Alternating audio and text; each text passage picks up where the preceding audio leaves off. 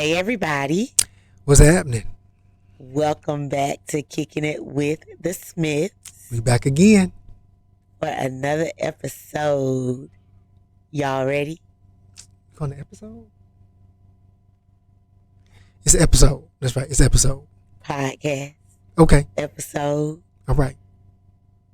video. All right. Okay.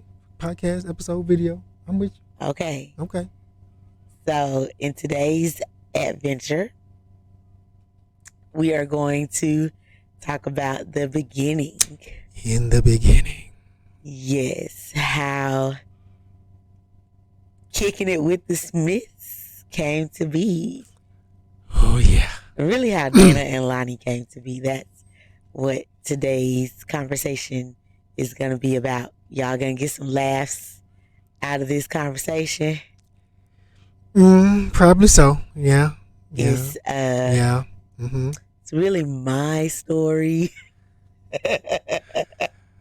with Dana's input. Facts in context. So Facts in context. That's my input. So we have a running joke that every time we tell the how we met, how we came to be story, I always leave something out and he has to fill in. So he's going to fill in for you. So, babe, don't forget to jump in, okay? I'm not going to jump in. I'm going to let you, like you said, you're going to tell your story. I'm going to provide facts in context and in my parts of the story. Yes, go ahead. Ladies first. Go ahead. Okay. So, Dana and I, like we said in our intro video, have been together for 14 years. Mm-hmm. Yep. And we have been married for 12 years. So Dana and I met on January 16th, 2009. Okay, we're pulling out dates. That's correct. Yep, that at is an accurate. Event in the Palmetto State. That's right. You got that. South Carolina, Palmetto State. It's the whole tree right there. Yep, the whole tree. And we met at an event, and I was chilling on the couch at the home of one of Dana's friends. And my friend was being pursued by one of Dana's friends. So I was her wing woman, making sure that in his pursuit, he didn't go overboard. Hey, you never know. We're in a new state. We're in a new place. We're around new people. I had to have her back. So I'm sitting on the couch, vibing to some music, enjoying myself, minding my business. And along comes Dana. And he's like, hey, how you doing? So I look at him, wondering why he's talking to me. What do you want? So I responded and said, I'm fine. How are you? And he continues to say, I'm good. What's your name? So I looked at him and I said, my name is Lonnie. What is your name? And he proceeds to say, my name is Dana. So, mind you, we are in a place where the music is blasting. So I had no idea what he said. So I just looked at him and I said, what did you say? And he says, my name is Dana. And again, I more than likely had this puzzled look on my face. Yes. A puzzled look on my face. And I asked for the third time because I really thought third time was going to be a charm and I was going to get it. But I didn't. He said again, my name is Dana. And so finally I was like, you know what? I have no clue what you're saying. All I hear is the duh. So we're going to call you D. Is that cool? That did happen. I just said, that's cool. And we kept it moving. And we kept it moving. So the music was loud. Way loud. So Dana continues to attempt small talk. And I'm giving him the side eye, like, okay, you asked me my name, you asked me how I was doing. What else is there that you want? Why are you still here? Look, I am engaging, okay? You are a wing woman. I'm a wingman, all right? I didn't realize that you was the wingman Yes, at the time. you did. Not in the moment. Because he approached your friend, and then I engaged you. It's the wingman and the lead. They engage at the same time. Like it's a mutual engagement. I was engaged. I was vibing. I engaged, and I tried to have pleasant conversation. I didn't even try to distract as much. Just tried to have conversation with her. I was vibing, and he interrupted my vibe. Okay, go ahead. So by the end of the night, Dana and I do exchange numbers, as well as one of the other gentlemen in the room provided myself with his number. Yeah. And they both said, okay, y'all let us know when y'all get back to Atlanta. Gentlemen. Right? Yes. So my friends and I arrived back to Atlanta. By the grace of God, I really don't know how we got back to Atlanta. Anyway, we got back to Atlanta, and I politely text both Dana and the other gentleman. Only one of them responded, and it was not Dana. It was not Dana. Okay, so here go facts, context. Facts, context. So yes, we exchanged numbers. Yes, she had the other number as well. Yes, she texted. What she did not know was at the time of her text, we were together. Me and the other gentleman were together. And saw the text come through in the midst of our conversation. Had the conversation like, oh, hey, they texted, they're back safe. And then one of us chose, or we chose the one of us to respond instead of both of us choosing to respond. Excuse me. So he did. But we were together, so we both got it and said, hey, cool. Yep. And that's how that went. Okay. Sure. She didn't know that. I didn't. She assumed. So, between January and May, my homegirl and I traveled to Clemson a few more times for a few more events. Yeah. And I did see Dana on a few of those occasions, but we were not thinking about each other. No. Period. We were mutually preoccupied. Yep. That's a good way to put it. So here comes end of May, beginning of June. Dana has graduated from college. Yeah. And Dana has moved to Atlanta. Yep, I did. So I get a random text message. Well, okay, wait a minute. Okay, so let me provide this part of the story because it wasn't even a text message. Let me tell my part. I was going to correct myself. Let me tell my part. And say it was a Facebook message. It was a random. Look. So this is what happened. Okay. Facebook message. This let me. I'm gonna help. This is what happened. So first of all, let's thank the Lord Jesus that before I graduated, I had a job. Yes. Praise his high name. I did. That's a whole miracle for a whole nother. We're going to talk about that. So I had a job. So I knew upon graduating that I was going to be moving to the area. So I moved. I graduated in the beginning of May. At the end of May, I moved into Atlanta. I start working. I get here and I'm like, hey, I don't know that many people here. I met like one or two. So of course I'm in a new place, new city. So I'm going to reach out and just, get to know people, get to know the land, lay the land, the territory. So I Facebook message Lonnie. This was before they had Messenger.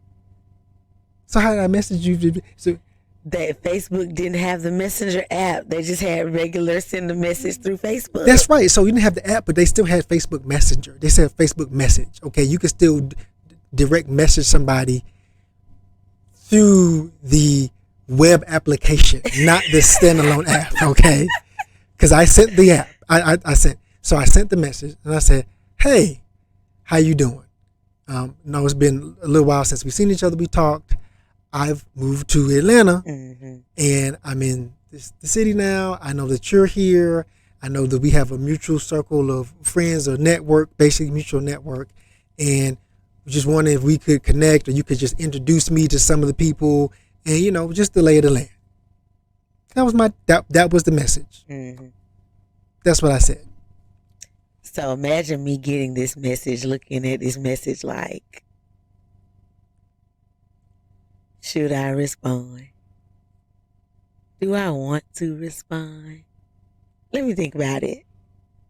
So by the end of the day, after class and work, I decided to respond and be like, hey, yeah, you know what? I got you. I will introduce you to some people. And then in my mind, that was going to be it. Like, I'm going to introduce you to these folks and deuces. Okay. So. That's all I said. There was no ulterior motive. I was like, yo, that was it. That's all I said. So after this, Dana and I actually started to hang, and we became really good friends. We did. That was June, right? Mm-hmm. So July, we decided to travel separately to an event in Gainesville, Florida. We did. And hung out with a group of people. Yep. And Dana did not find this out until recently that during the time that Dana was preoccupied with another person, I became a little jealous of him being preoccupied. I just found out. I ain't never heard the jealous part. You was whole jealous? I was a whole jealous because at the time of us being in Florida, I had started catching feelings for my friend. Who was preoccupied, by the way? He was preoccupied. No, I'm not talking about me. And I was preoccupied. She was preoccupied, by the way, and so she was my friend. Exactly. Who was preoccupied. And I was like, well, okay, you know. But yeah, I started catching feelings. He didn't know I was catching feelings, but I was a little jealous of him being preoccupied. I didn't know she was jealous. She didn't say nothing. She played off real cool. You know what I'm saying? So that was July. Came back to Atlanta. We both doing our own thing back at work. Mm-hmm. Beginning of August 6th, 2009. Oh, we pulling out whole dates. To be exact. Whole August dates. 6th, 2009. Okay. Dana and I decided to make our relationship official. And Dana was serious. I just communicated my expectations on relationship. Serious. I don't think there's nothing wrong with communicating your relationship expectations. He was serious. So I said I was just looking for a committed relationship, not something casual, not something that would be for a couple of weeks off and on, you know, touch and go. A committed long-term relationship that would be sustainable, that could lead to marriage, not necessarily getting married, but just I'm looking for a long-term committed relationships in every aspect of my life, including my romantic life. So I said that. I said, that's what I'm looking for. If that sounds like something you are interested in, great. If it's not, that's cool. We could be friends. But that's where I'm at. So I just want you to know up front and to think about that before you decide to move forward. He was serious. So I said, okay, I can do that. And that was all she wrote about the committed relationship. So let's move on. Oh boy. We're gonna move on to the meeting of the parents. Are we doing whole meeting of the parents transition? We're gonna do the meeting of the parents. Oh. So Dana and I, of course, had committed to this relationship, and a couple of weeks after we decided to commit, I had a little medical emergency, and Dana had to drag me to the hospital because I did not want to go. So stubborn. I do not like hospitals. But you couldn't breathe well. I did not want to go. I was just going to wait and go to the doctor. And he was like, no. You can't breathe. Okay. I could not breathe. I was struggling to breathe, and I ended up needing a breathing treatment and having to have an inhaler for a while. And Dana forced me to go to the hospital. Yes. So after that, we get to the hospital. We're there till like 2 or 3 o'clock in the morning. Dana brings me back to my apartment, sleeps on the floor at my apartment, gets up the next morning to go to work, comes during his lunchtime to make sure that I have eaten and taken my medicine. Mm-hmm. And then after he gets off work that night, comes back to my house again to make sure that I have eaten and taken my next dose of medicine. I did. Yes. My parents find out about Dana because I had not talked about him yet. And when they found out that Dana had spent all this time making sure that I was good, they were like, "Who is this man?" Actually, my daddy said, "Who is this boy?" I'm cool. I'm a boy in his eyes. Like, straight. Yeah. My daddy said, "Who is this boy? I need to meet him because anybody that does that for my daughter, I need to put my eye on them." So Dana goes home with me. I believe it was for my birthday, Labor Day weekend. I think you went, and then I came like the next day or something. I think so. I think that's how it went. Because I didn't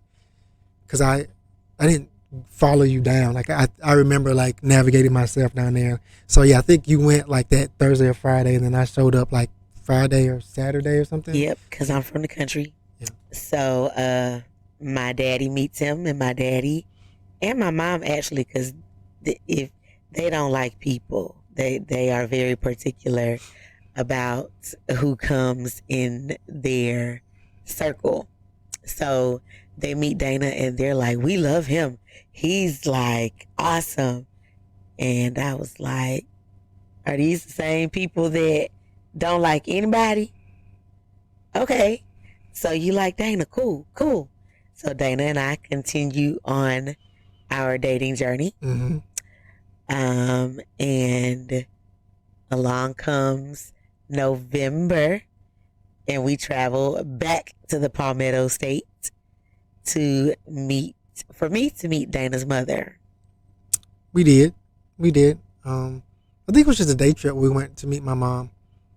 We just went up there like on a Saturday, and we met her. They went out to eat. Yeah, we did. Because what's the name of that restaurant we ate at? I forget, but I can see it in my mind. We went out to eat, and so they met. And first time that they met, my mom liked Lonnie, of course. Moms can tell, and my mom could see that I really liked her as well. And that meeting went well. While we were dating, we were hanging out, we were talking, we were praying together, we were reading together, we were studying together. And so I was like, meet mom. It's always good and important to meet the parents, meet mother. I don't even call her mother, I call her mom. So, yeah. Definitely. So that was the weekend of November 7th. The following weekend, I get a special surprise. So I was told, "Hey, pack a bag. I got some specials planned, and just pack these few items, and we gonna make some stuff happen." So I was like, okay, never had anybody tell me that before. So I was like, let me see what I'm packing in this bag. So packed the bag,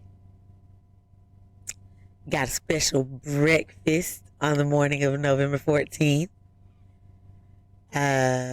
After that, we drove, and typically in Atlanta at Centennial, they have the ice skating ring in the wintertime. And I, for one, cannot ice skate. Well, you never did it before, so you have to try it. So that's why we went. So I tried ice skating, and I actually had a ball. I was, a little bit of a klutz, but hey, it was fun. Everybody falls. It's okay. It was fun, and after we got done ice skating, Dana walks me over to this cute little bench in the park, and I'm like, okay, what is this conversation that we're about to have? So he told me how much he loved me. Can't help but love me. I'm so lovable.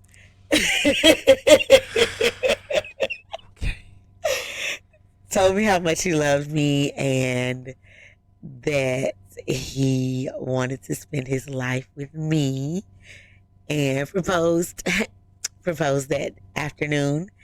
And it took me a minute because I was all giddy and in tears. Couldn't get my yes out, but I eventually got it out and said yes. And don't chime in. I know you got something to say. No, just say after that we got something to eat. Yeah, we went to Maggiano's. First time going to Maggiano's for me. It was a good day. Mm-hmm. So we were engaged for a year and a half. Mm-hmm. And our engagement period taught us a lot about each other.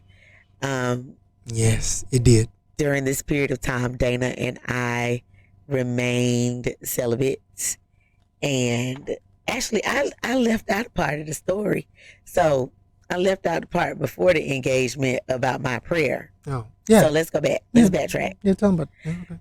So Dana actually did not find this out until recently that my all this stuff coming out. All this stuff coming out recently. all the stuff. My secret prayer regarding my love life at the time was that I would know that God had sent my husband by 3 specific things.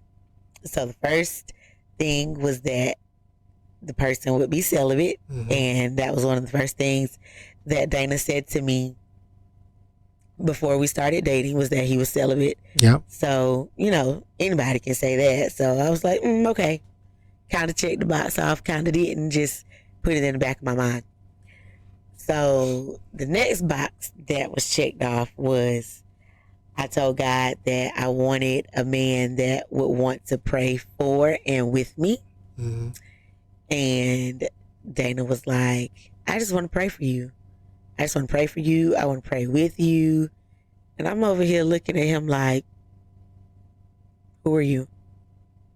So I was like, okay, God, that's 2 boxes. But that don't mean nothing. That don't mean nothing. That's just 2. Okay. So 3rd box was, this person would willingly go to church with me. So one random day I was like, hey, I'm going to church on Sunday. Would you like to go with me? What time? That was the response. So in the back of my mind, I'm like, Jesus? Is that you? Who is this guy? Why is he here? I was feeling like Deborah Cox. Nobody's supposed to be here. You see the drama, right? You see the drama. He was here. So now that goes and leads us all the way back up to the engagement and how we got engaged. Yeah, we got engaged, and then we were engaged for a year and a half, like you said. We kept doing the studying and the praying and the Bible study. It revealed some things, a lot of things, being engaged. We went through some challenges in a storm or 2. 3 or 4. 3 or 4. Don't shortchange him. Not okay. Not gonna shortchange him. But